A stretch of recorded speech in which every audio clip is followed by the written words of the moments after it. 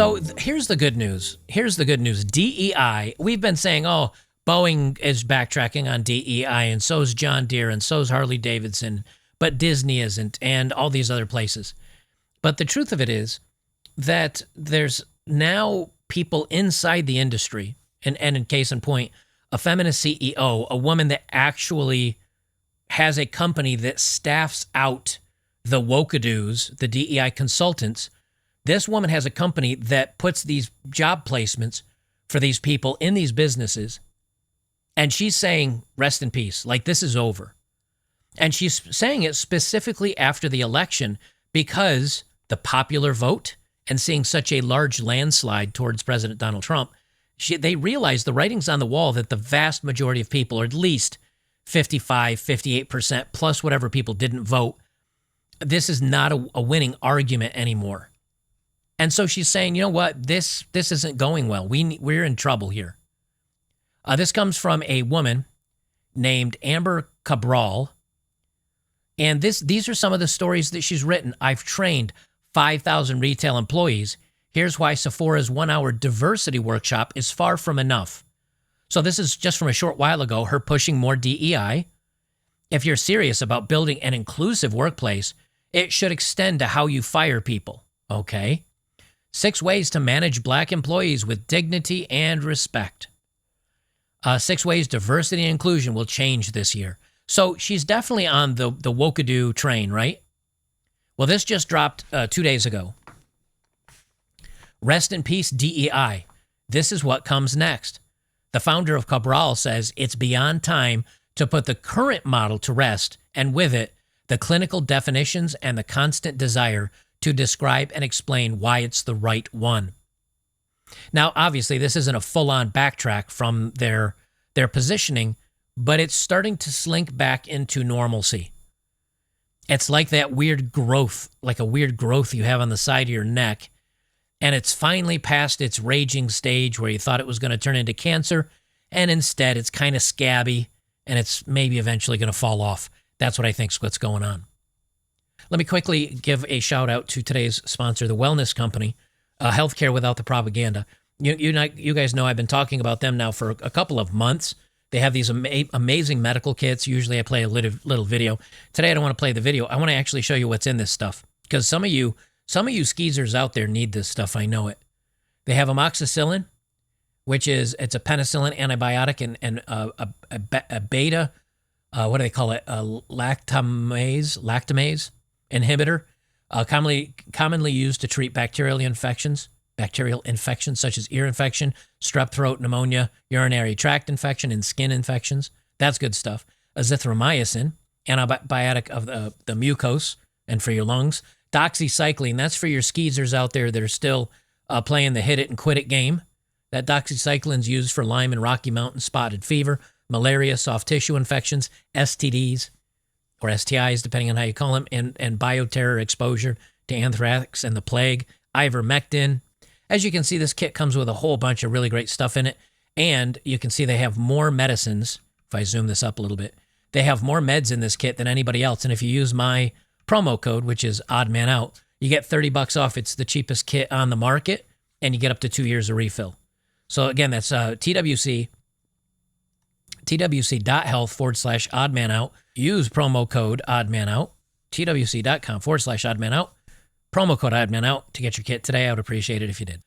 She says, I run a small company called Cabral Company, which works with big businesses. We have a tiny team, and despite the widely promoted American dream of scale up for businesses, we abide by an idea coined by my accountant, Killia Hill Trawick.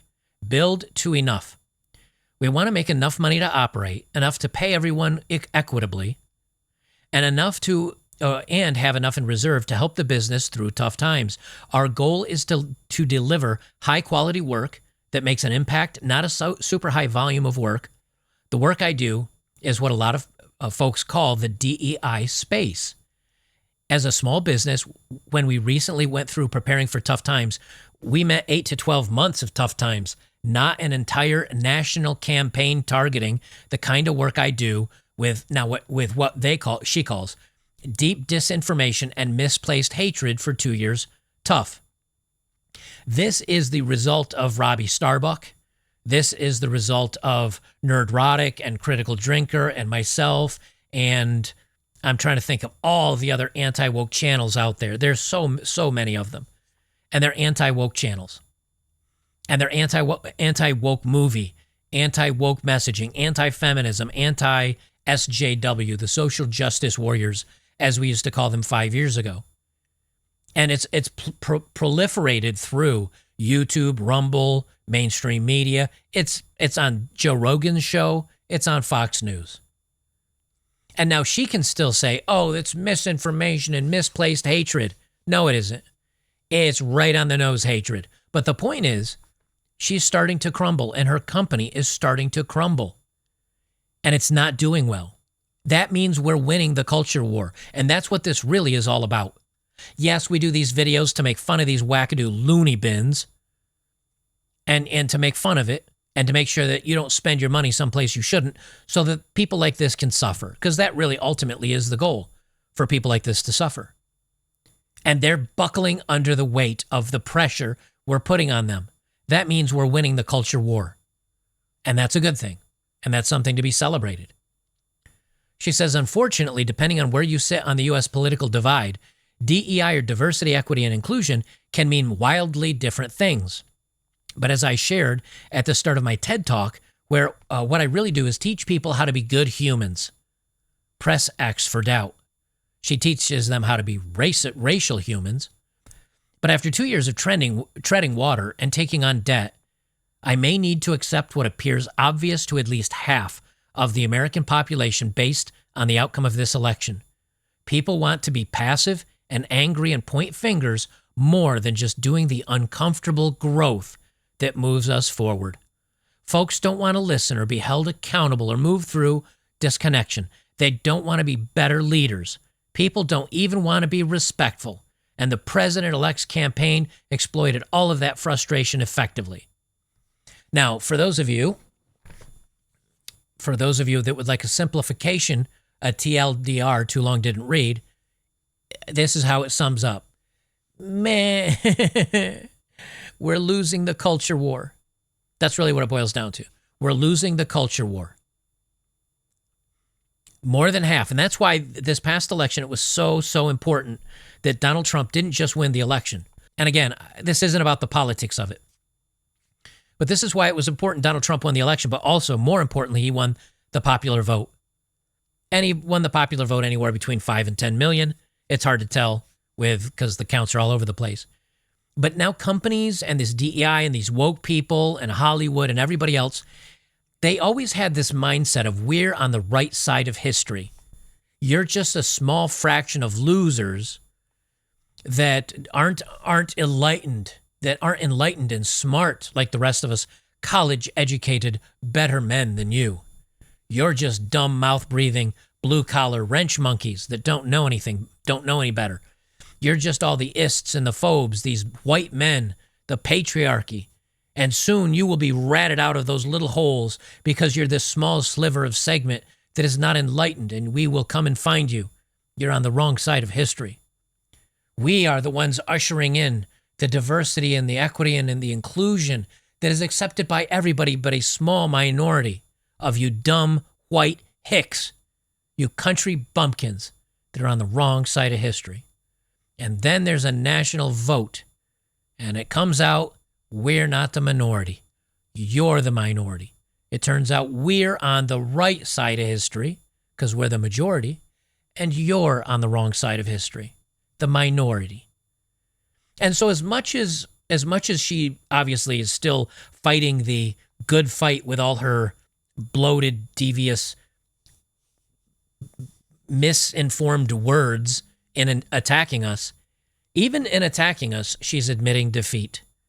She is a little dog yipping and growling with its tail tucked between its legs, trying to look ferocious as it runs away with its tail tucked in between its legs. That's exactly what she is. She's realizing defeat because it is her that said rest in peace DEI, not me, not any other conservatives. It is she that said this. She says we usually get a small boost in autumn as clients realize they have a little extra in their must-spend budgets. This year, We got a boost of requests like usual, then a screeching halt. In a few days, 6 figures worth of contracts were canceled or postponed. When I asked why, almost all of them said we have been asked to wait until after the election. Some shared with me confidentially that their leadership fears being targeted by Robbie Starbuck. Now, those of you that have watched me kind of regularly know Robbie Starbuck is the gentleman that did expose reports on Walmart and Target and Harley Davidson and Tractor Supply and John Deere. And he's got people sending him like training materials and things from break rooms and company memos and emails that are showing all the diverse crap that they've got in these companies. And so now companies are saying, we're spending hundreds of thousands, if not millions, for this diversity stuff. And then when we get caught doing it, we have to go do a PR campaign to apologize and say it's not really happening and then backtrack on this stuff anyway. It's almost like, who do we want to keep happy? The activists or the people that actually buy our products? And now, because of this election, literally, they're seeing we're the minority. She says it's after the election now, and since the president-elect is so open about his position on so many things, like coming after the LGBT community and attacking diversity in the government and all this other stuff, she says it feels like it's probably time to tip my hat and head on out. Despite all my and my colleagues' efforts to clarify that the DEI rhetoric in the media is not what DEI is really about, between the debt my company has accumulated to survive, the money I expect I will need to refund to clients who will soon shift from postponed to canceled, and the inevitable industry decline to continue, we can't afford it anymore.